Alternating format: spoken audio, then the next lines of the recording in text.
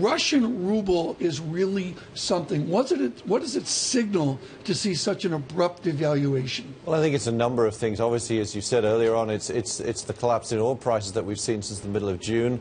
But it's also, I think, a somewhat unexpected, severe impact of the sanctions imposed by the West on Russia. The impact it's having on the economy. I think actually this has surprised the Russians, surprised the Russian government how severe the impact has been. And you're hearing now that there may be a recession next year. All of this is contributing to the weaker ruble. Everyone's lost confidence. And, of course, there's a lot of capital flight as well. Geoff, help me out with some Kremlinology. I'm curious about the Russian decision to cancel the South Stream pipeline that would have, gone around the Ukraine and straight into Europe. This is a concession, something that Vladimir Putin has not really been keen to make in the last 2 or 3 years. I suspect it's more linked to the sanctions themselves overall than to the pipeline per se.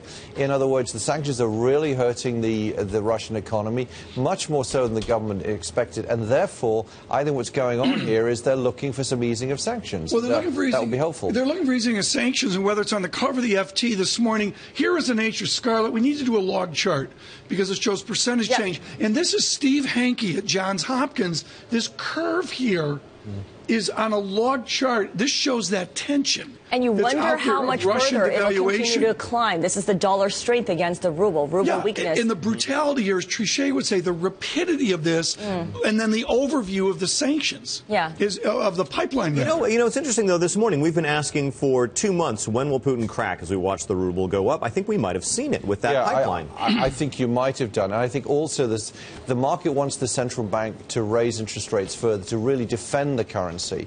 And nobody really trusts whether there's going to be capital controls or not. So I think the markets are pushing the Russians to respond. And Scarlett, here's the FT this morning with that same Russian chart inverted of the abrupt evaluation. But as Brendan says, we're finally there. Well, perhaps. Maybe this was and there are some capital controls in place as well. More than $10,000. You can't get out more than $10,000 at Russian banks right now. But this is what bothers equity investors thinking of going back into a very, very cheap Russian market, is are they going to walk into a market and find they can't get their capital out? That is a real concern. Now, we don't think there'll be capital controls, but it's obviously a risk. And until people know the risk is gone, they're going to be very wary of investing in Russia. Well, the backdrop here is that Russia hasn't done enough to diversify its economy. Other countries that have similarly been dependent on oil in the past have made moves. Mexico, for instance. What can a country like Russia learn from Mexico's example? Well, I guess what you need to see is some sort of building up of manufacturing industry to a greater extent.